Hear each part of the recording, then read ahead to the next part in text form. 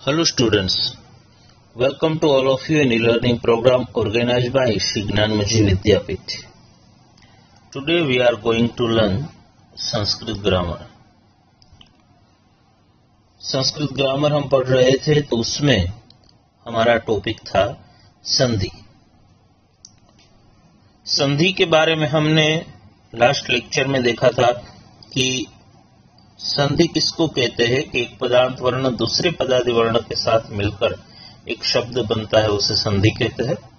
जोड़ना ऐसा मतलब होता है। 3 प्रकार की संधि होती है, ये हमने देखा था, स्वर संधि, व्यंजन संधि और विसर्ग संधि। उसमें से हमने स्वर संधि जो है वह कंप्लीट की थी। एक बार स्वर संधि का रिवीजन कर ले, जो भी नियम थे वो थोड़े थोड़े देख ले उदाहरण के साथ। सबसे पहले स्वर संधि की जो डेफिनेशन है वो दी थी कि एक स्वर के साथ दूसरे स्वर को जोड़कर जो एक शब्द बनता है उसे स्वर संधि कहते हैं। स्वर और स्वर दोनों की स्वर की संधि होते हुए स्वर संधि, जैसे अ और आ होता है, ये दीर्घ। आ और आ हो तो भी आ होता है और आ और अ हो तो भी आ होता है। हमने उदाहरण देखे थे, थोड़ा होमवर्क भी हमने किया था इसके साथ। अत्र प्लस अस्ति, चतुर प्लस आनन, कदापि, विद्यालय। दूसरा नियम देखा था कि ई प्लस हो, समान स्वर हो तो दीर्घ हो जाता है। उ प्लस उ हो तो दीर्घ उ हो जाता है। उसके उदाहरण हमने देखे थे, भानु प्लस उदय भानोदय, वधु प्लस उक्ति वधुक्ति। समान स्वर हो तो दीर्घ हो जाता है।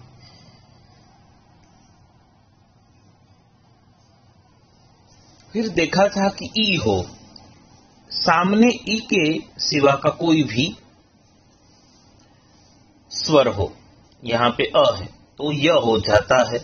दीनानि प्लस अपगतानि, दीनान्यपगतानि, नारी प्लस अस्ति, नारी अस्ति।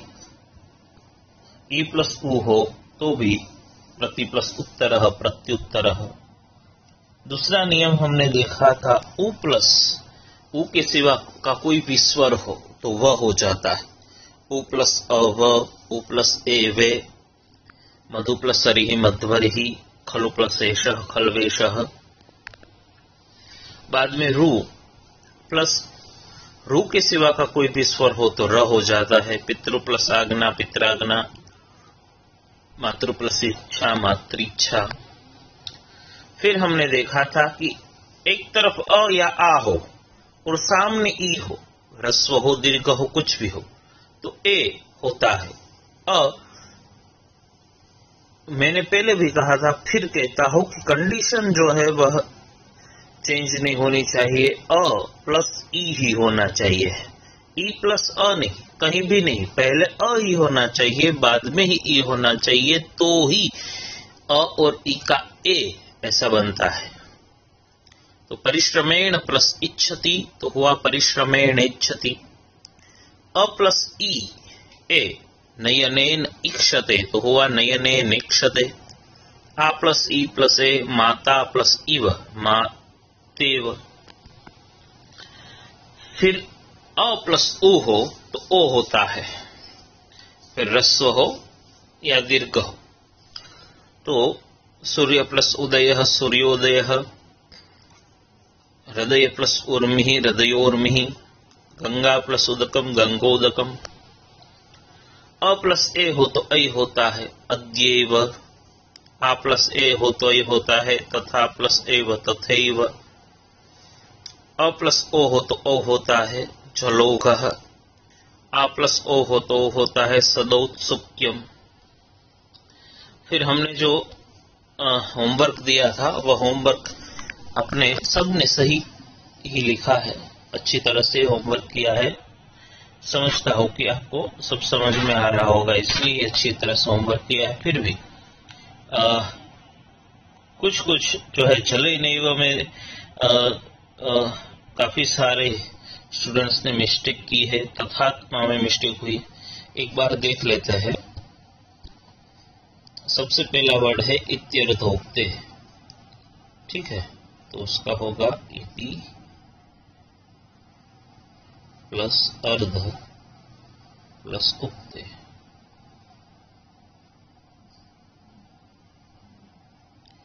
फिर दूसरा वर्ड है चोक्तम, तो उसका होगा च प्लस उक्तम।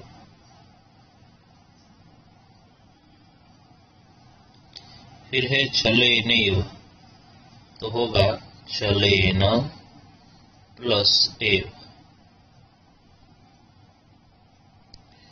फिर फोर्थ वर्ड है ममैव,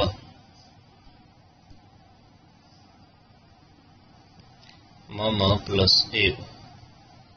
और तथात्मा, तथा प्लस आत्मा। संधि में खास याद रखें कि जब हम संधि अलग करते हैं तो दो शब्द होने चाहिए।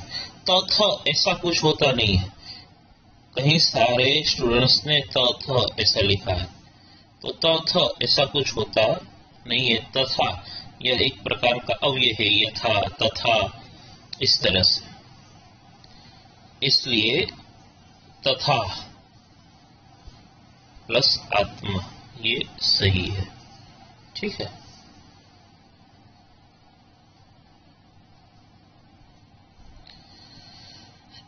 फिर संधि जोड़ने वाली जो थी उसमें था च प्लस ऊर्ध्वम, तो च प्लस ऊर्ध्वम तो किस तरह से होगा? ये च है और ये ऊ है, यहाँ पे अ है और यहाँ पे ऊ है, तो अ और ऊ ओ हो जाता है, तो हो जाएगा चोर्ध्वम। फिर है तत्र प्लस एव,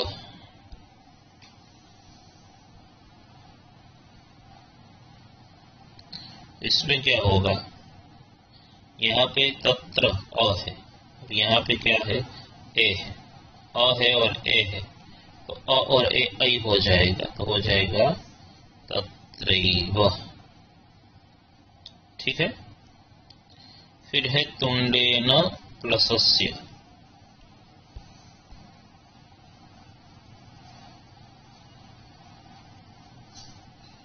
प्लसस्य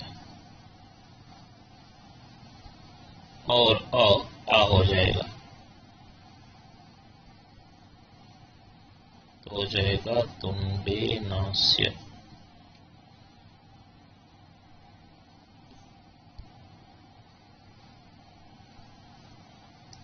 फिर है शिष्य हिताय प्लस उद्यतः,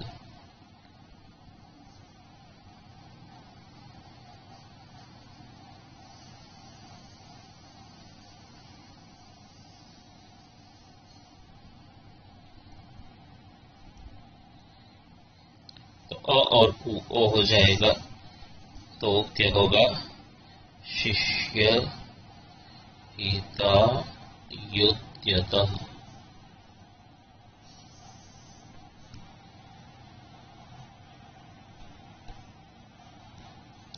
फिर है कर्मणि प्लस एव,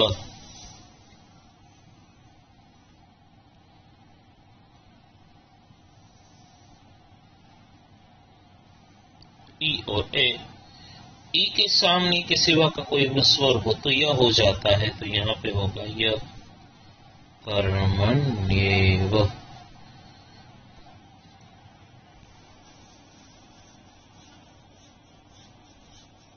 तो इस तरह से जो होमवर्क दिया था उसके वर्ड थे, तो यह सोल्व इस तरह से होगा। अब दूसरी संधि है व्यंजन संधि। आज हमको पढ़नी है व्यंजन संधि। पहले हम पढ़े थे स्वर संधि। व्यंजन संधि किसको कहते हैं? कि दो व्यंजनों को परस्पर जोड़ने से जो शब्द बनता है उसे व्यंजन संधि कहते हैं।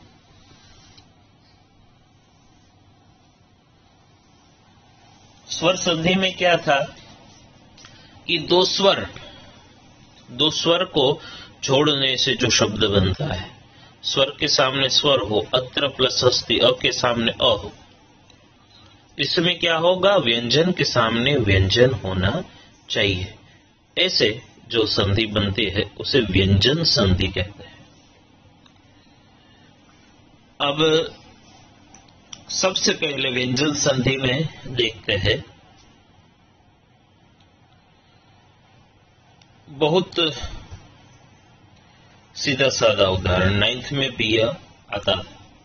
अपने आप पढ़े भी थे कि शब्द में अनुस्वार होता है तो कब आधा म आता है और कब अनुस्वार आता है। तो उसके लिए जो नियम है वह पहली व्यंजन संधि है। कहा कि पद के अंत में म के बाद में कोई भी व्यंजन हो तो म का अनुस्वार होता है। पद के अंत में यानी कि शब्द के अंत में म हो, जैसे कि यहाँ पे ऐसी सिचुएशन है देवम, तो शब्द के अंत में यहाँ पे म है, वह पद के अंत में म, और सामने क्या कहा कि सामने क्या होना चाहिए, व्यंजन, तो ये वह है, वह व्यंजन है। अ आ इ ई उ ऊ ए ऐ ओ औ ये सब स्वर है, इसके सिवा के जो क ख ग घ घ ये जो है ये सब व्यंजन है। तो इस व्यंजन में से कोई भी व्यंजन सामने हो और शब्द के अंत में आधा म हो तो क्या हो जाता है, म की जगह पर अनुस्वार लिखना चाहिए। वहां पे अनुस्वार यानी कि ऊपर डॉट हो जाता है। तो शब्द के अंत में यहाँ पे दिया गया है देवम प्लस वंदे, तो यहाँ पे जो म है और सामने व है तो उसके जगह पर हम अनुस्वार कर देंगे ऊपर डॉट करके, देवम वंदे।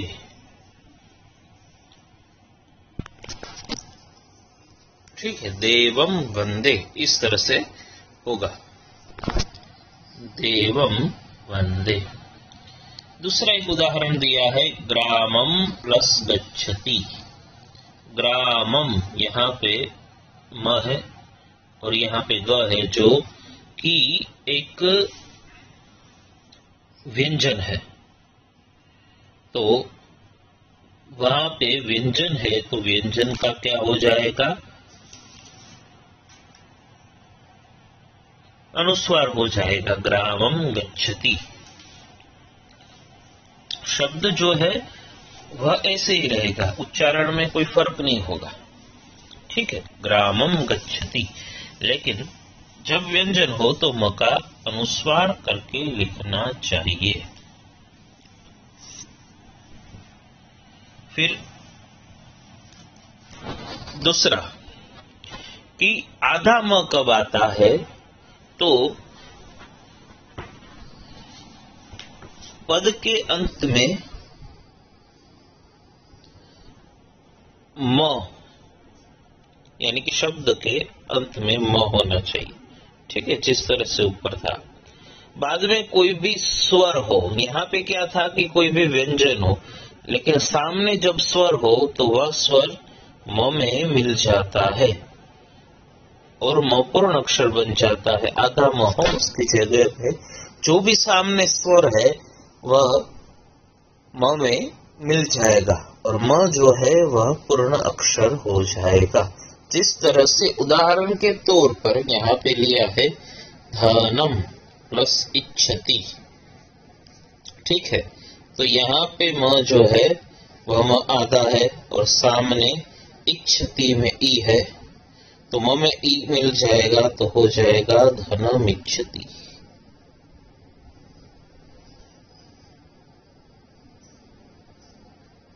ठीक है, अब है त्वम प्लस अक्षरम, त्वम अक्षरम, ऐसा है त्वम, म आधा है और सामने अक्षरम।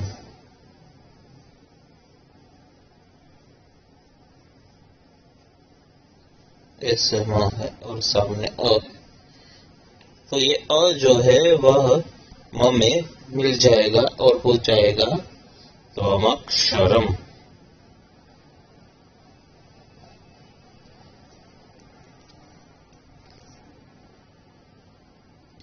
धनम इच्छति त्वम अक्षरम। ठीक है,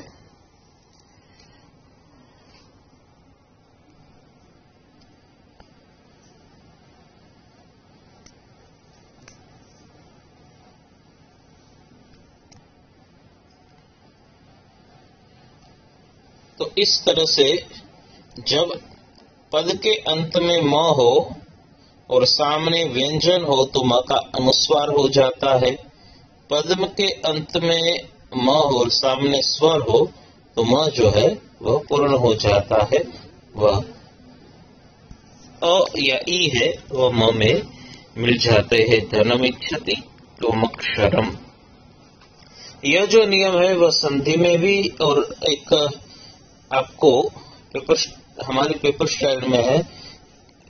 जिस तरह से 9th में था कि अंडरलाइन वर्ड, एक पैराग्राफ होता है उसमें 2 या 3 अंडरलाइन वर्ड होता है, उसको फिर से हमको करेक्ट करके फिर से लिखने होते हैं। तो इसमें भी यह नियम आएगा। ठीक है, तो वह जब सीखेंगे तब भी मैं बताऊंगा कि सेंटेंस में जो वर्ड होता है वर्ड के नीचे अंडरलाइन दी गई होती है, तो वह जो अंडरलाइन है, अंडरलाइन वर्ड है, उसको करेक्ट करके फिर से लिखना होता है। ठीक है, अब आगे अच्छी तरह से ध्यान देकर इस नियम को समझना, तो ही आप अच्छी तरह से इसको सीख पाओगे, वरना कुछ समझ में आएगा नहीं। इसलिए आपको ध्यान देकर इस नियम को पढ़ना है। तो आगे का नियम है अनुनासिक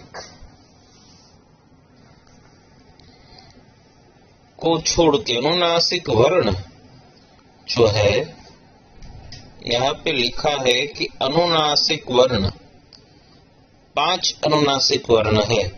कौन कौन से? ग, य, ण, न, म। ये 5 अनुनासिक वर्ण है। इसको अनुनासिक क्यों कहते हैं? क्योंकि जो भी स्थान है शब्द की, यहाँ पे नीचे मैंने कोष्टक लिख दिया है जो कि आप 8th स्टैंडर्ड में सीखे। ठीक है, ये क, ख, ख, ग, घ, ये जो 5 है,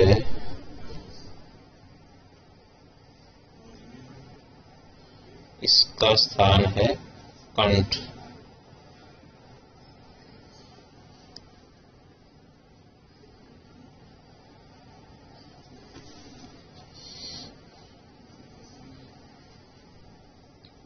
इसका स्थान है कंठ। अब कंठ स्थान है तो उसके साथ वह नासिका में भी उच्चारण होगा। ग,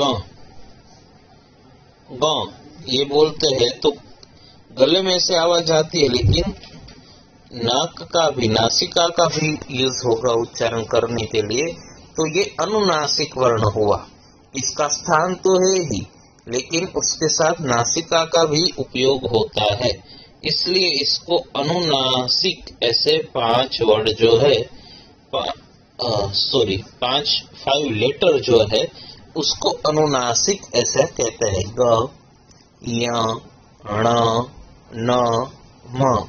जैसे मैंने आपको बताया कि क, ख, ग, घ, ङ ये 5 है, उसका स्थान तो कंठ है, लेकिन कंठ के साथ में जो लास्ट जो है लेटर वह अनुनासिक है। सभी के जिसके भी लास्ट लेटर है वह अनुनासिक है। ठीक है, अब दूसरा देखें कि यह जो है च, छ, ज, ज और य, इसका स्थान है इचुएशन, ताल, यानी कि तालु, ऐसा जिसको कहते हैं हम, तालु, इसका स्थान है तालु। ये आप 8th स्टैंडर्ड में अच्छी तरह से सीखते हैं। ठीक है, तालु ऐसा स्थान है इसका। तो उसके साथ ये य है, य, य, य, य, य जब बोलते हैं तो वह जीभ जो है वह तालु वहां पे स्पर्श करती है, लेकिन साथ में नासिका का भी यूज होता है। इसलिए ये 5 जो लेटर है उसको अनुनासिक वर्ण ऐसा कहते हैं। तो सबसे पहले नियम में क्या कहा कि अनुनासिक को छोड़ के, अनुनासिक जो भी है उसको छोड़ के कोई भी पदांत व्यंजन हो, पद के अंत में यानी कि शब्द के अंत में हमने देखा तो शब्द के अंत में अनुनासिक को छोड़ के कोई भी पदांत व्यंजन हो, दूसरा कोई हो, उनके बाद में उसके बाद में क्या होना चाहिए, स्वर, कोई भी स्वर हो अथवा घोष व्यंजन हो। स्वर तो आप जानते हैं, स्वर कौन कौन से, अ आ इ ई उ, इसमें से कोई भी सामने स्वर हो, स्वर न हो तो घोष व्यंजन हो। अब घोष व्यंजन किसको कहते हैं, वर्ग के तीसरे, चौथे और पांचवें अक्षर को घोष व्यंजन कहते हैं। यहाँ पे मैंने घोष व्यंजन को देखिए आप नीचे, ये जो है सभी घोष व्यंजन है। ये वर्ग तो 5-5 अक्षर का होता है और दूसरे जो घोष व्यंजन थे वो मैंने इसे नीचे लिखे हुए, यर ल व ह, ठीक है। तो ये सब जो है घोष व्यंजन है। तीसरा, चौथा और पांचवा अक्षर वर्ग का, क ख ग घ ङ च छ ज झ ञ ट ठ ड ढ ण त थ द ध न प फ ब भ म, ये वर्ग हुआ, ठीक है। स्थान के आधार पर ये सब वर्ग हुए। और उसके तीसरे, चौथे और पांचवें अक्षर को क्या बोलते हैं, घोष व्यंजन बोलते हैं, घोष व्यंजन ऐसा कहते हैं। तो नियम क्या दिया गया कि अनुनासिक को छोड़ के कोई भी पदांत व्यंजन हो और सामने क्या होना चाहिए, स्वर या घोष व्यंजन। तो क्या होता है, उस पदांत व्यंजन की जगह पर वर्ग का तीसरा अक्षर होता है। उस पदांत व्यंजन की जगह पर जिस पदांत व्यंजन जिस वर्ग का हो उस वर्ग का तीसरा अक्षर हो जाता है। पदांत व्यंजन जो है वह जिस वर्ग का हो उसका तीसरा अक्षर हो जाता है। अनुनासिक,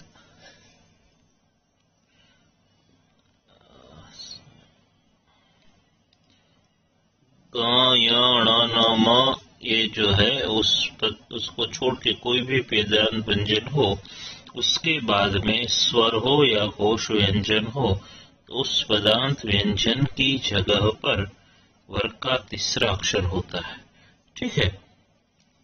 यह जो है स्वर हो अथवा तो ये सब घोष व्यंजन है।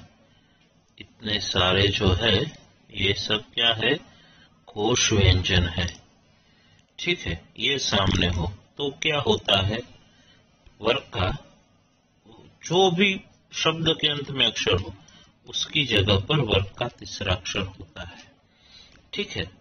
समझ में? अब हम उदाहरण देखते हैं। देखो, उदाहरण है वनात् प्लस वनम, ठीक है। तो पद के अंत में क्या कहा था कि अनुनासिक वर्ण नहीं होना चाहिए, जो 5 है ग य ण न म, वह नहीं होना चाहिए। तो यहाँ पे अनुनासिक वर्ण है ही नहीं, यहाँ पे है त, ठीक है। और सामने घोष व्यंजन है, य र ल व ह, ये सब घोष में आता है, वह है वह घोष व्यंजन है। तो क्या होगा, ये जो पद के अंत में, शब्द के अंत में जो भी अक्षर है, लेटर है, उसके स्थान पर वर्ग का तीसरा अक्षर होगा। अब देखो,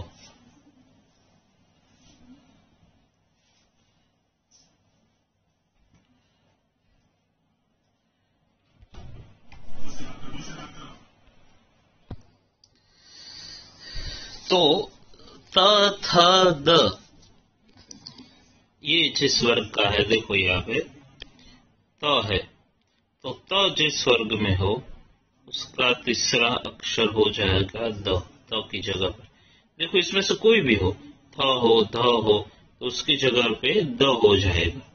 ठीक है, तो यहाँ पे अंत में था त, अंत में त था और सामने क्या था, कोश व्यंजन, इसलिए पे त की जगह पे द हो जाएगा। तो यहाँ पे है वनाद प्लस वनम, इसलिए वनाद वनम हमने इसको द्व लिखा है इस तरह से। तो ये है वनाद वनम, त था उसकी जगह पर हमने द कर दिया है, वनाद वनम। अब दूसरा उदाहरण है दिक् प्लस अंतः। तो इसमें भी यह सिचुएशन जो दी, कंडीशन जो दी गई है वह अप्लाई होती है कि पद के अंत में अनुनासिक वर्ण को छोड़कर कोई भी व्यंजन हो, तो क है वह अनुनासिक वर्ण नहीं है, उसके सिवा का ही व्यंजन है। ठीक है, और अंतः तो सामने स्वर है, स्वर या घोष व्यंजन होना चाहिए। तो यहाँ पे घोष व्यंजन नहीं है लेकिन स्वर दिया गया है। तो पद के अंत में जो है उस वर्ग का तीसरा अक्षर होगा। तो क, ख, वह कोष्टक की ग तीसरा होगा, क वर्ग का तीसरा होगा ग।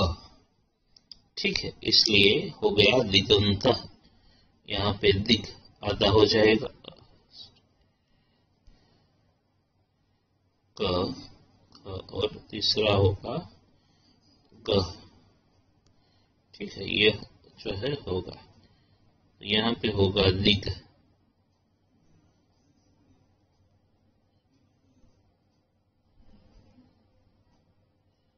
प्लस अंत, तो हो जाएगा दिगंता। ठीक है, अब उसके आगे उदाहरण है बिलात बही।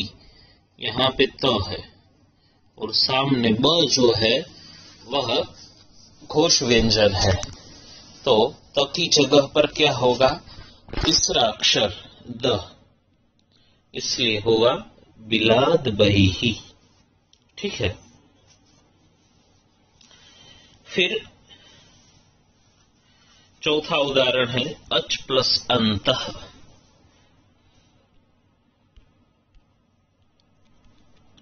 च जो है वह अनुनासिक वर्ण नहीं है और अंत में है अच च। तो यह जो कंडीशन दी गई उसके आधार पर सही है, सामने स्वर है, घोष व्यंजन या स्वर होना चाहिए, तो स्वर है सामने, तो च की जगह पर च हो जाएगा अजंतः। इस तरह से होगा अजंतः। ठीक है,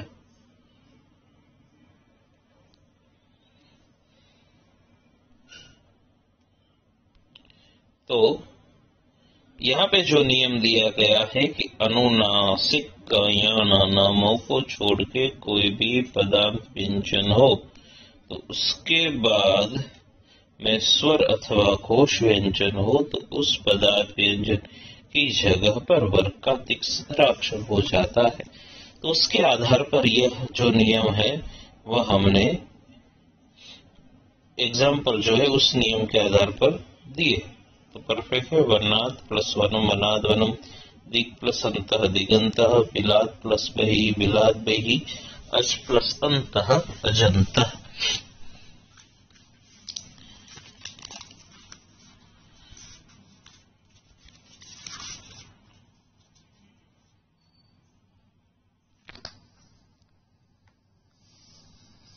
दूसरे थोड़े उदाहरण देखते हैं।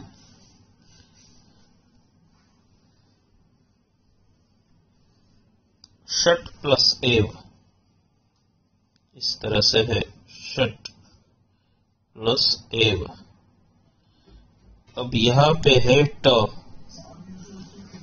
पद के अंत में ट है,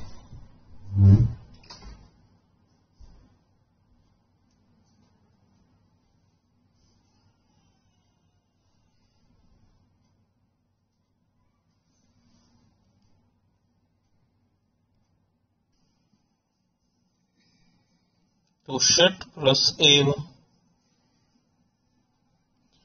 तो ट जो है अंत में है, सामने स्वर है, कोशवंजन्य स्वर होना चाहिए। तो ट ये वर्ग का तीसरा अक्षर है, ट ठ ड, ट फिर ठ फिर ड। तो ट की जगह पर क्या होगा, ड, तो हो जाएगा षडेव। इस तरह से यत् भवति, यत् प्लस भवति,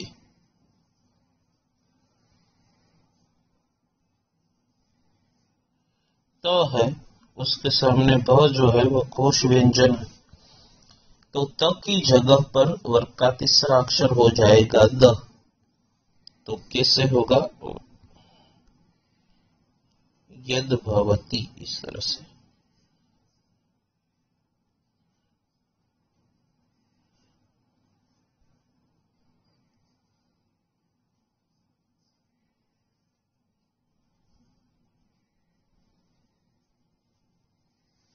यद भवति,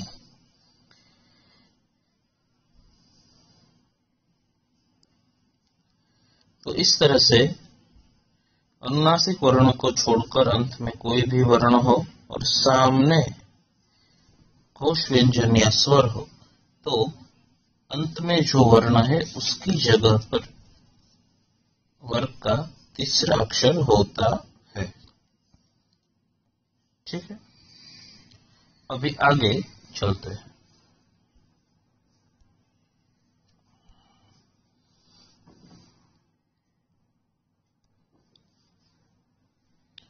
अब जो है कि पद के अंत में आए हुए त के बाद सभी जगह पर पद के अंत में क्या होना चाहिए, त होना चाहिए, और त के सामने जो भी अक्षर कहे गए हैं तो वह संधि होगी, वो आधा त है उसकी संधि होगी। ठीक है, अभी देखो सबसे पहला नियम क्या है, पहले कंडीशन क्या है कि पद के अंत में आए हुए त के बाद में च हो या छ हो।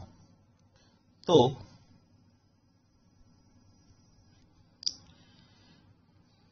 पद के अंत में तो हो और बाद में क्या कहा, च हो या छ हो, तो त का क्या होता है, च हो जाता है। जिस तरह से यहाँ पे है यावत, सामने है चक्रम, पद के अंत में त है और सामने च है, तो त का क्या हो जाएगा, च हो जाएगा, तो हो जाएगा यावत चक्रम। दूसरे उदाहरण में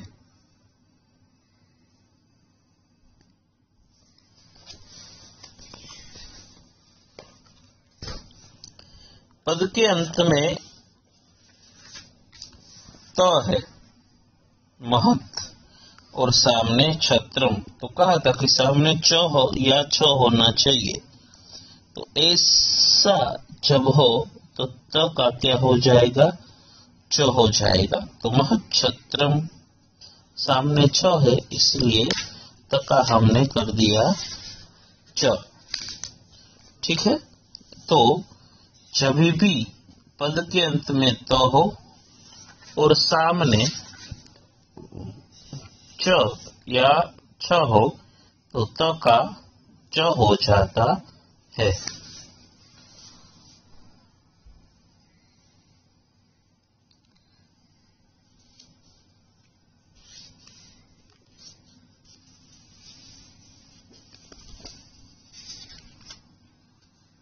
अब आगे देखते हैं।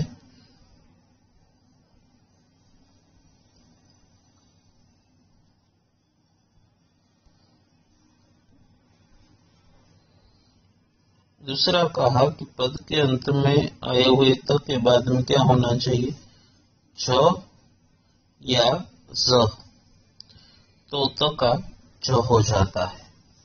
पद के अंत में त होना चाहिए और बाद में सामने ज या ज हो, तो ज हो जाता है त का।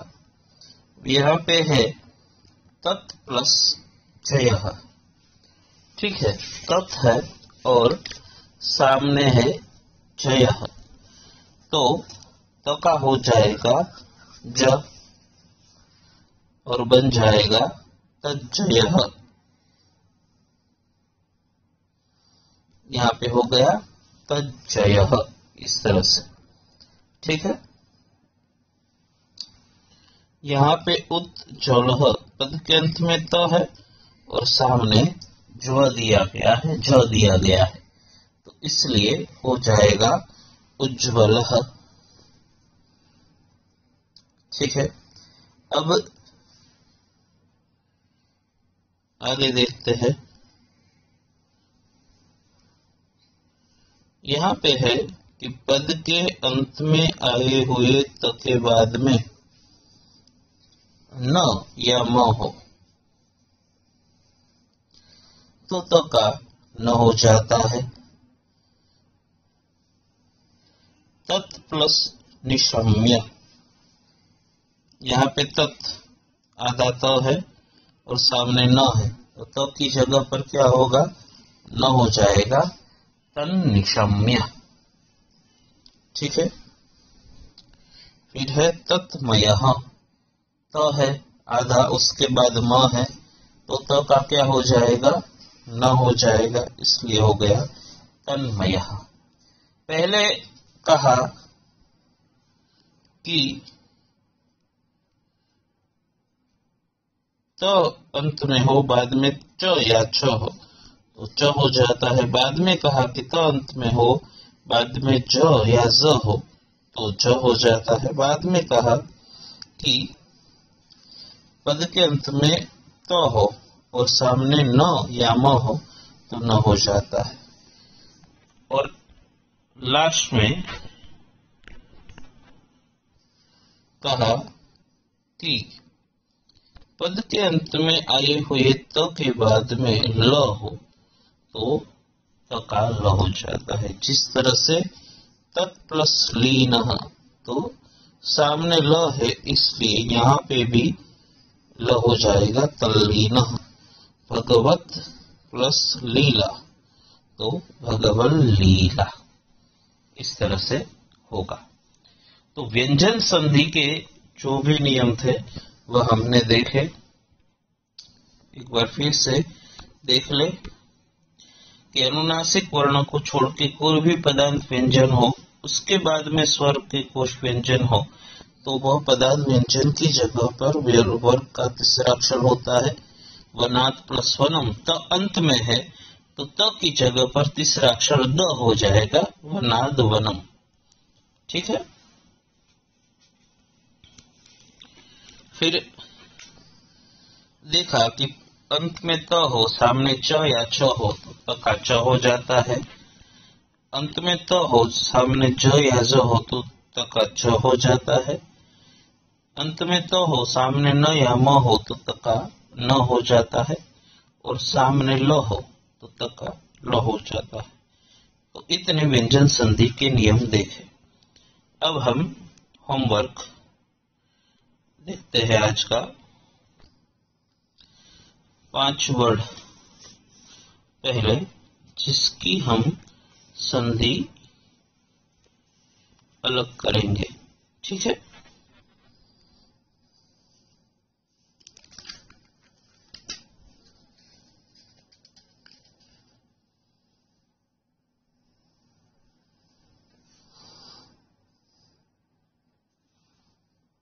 सबसे पहला वर्ड है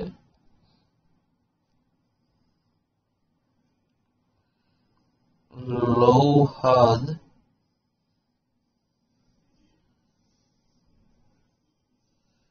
भिन्नम।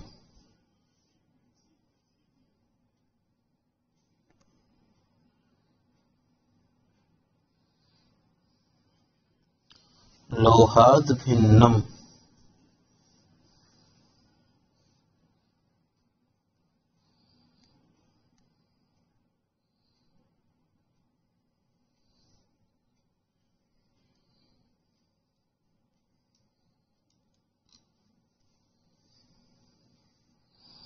दूसरा है कियच्च,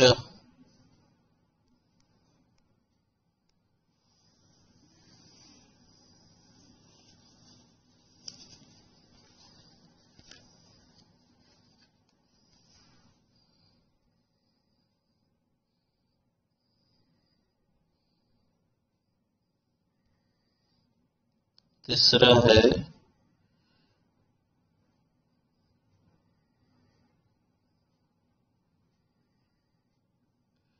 एतन निवेदितम। देखो अच्छी तरह से ध्यान देकर सभी संधि करनी होगी। चौथा है कदाचिदपि।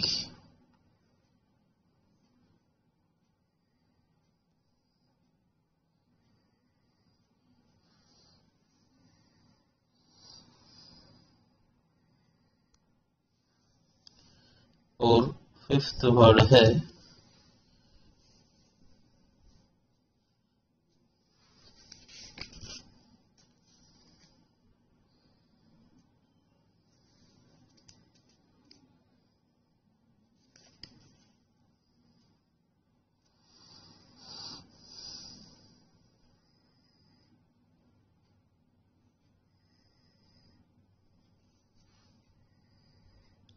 न चापी। ये 5 वर्ड जो है ये आपको होमवर्क में लिख के लाने हैं, इसकी संधि अलग करके। ठीक है, थैंक यू वेरी मच।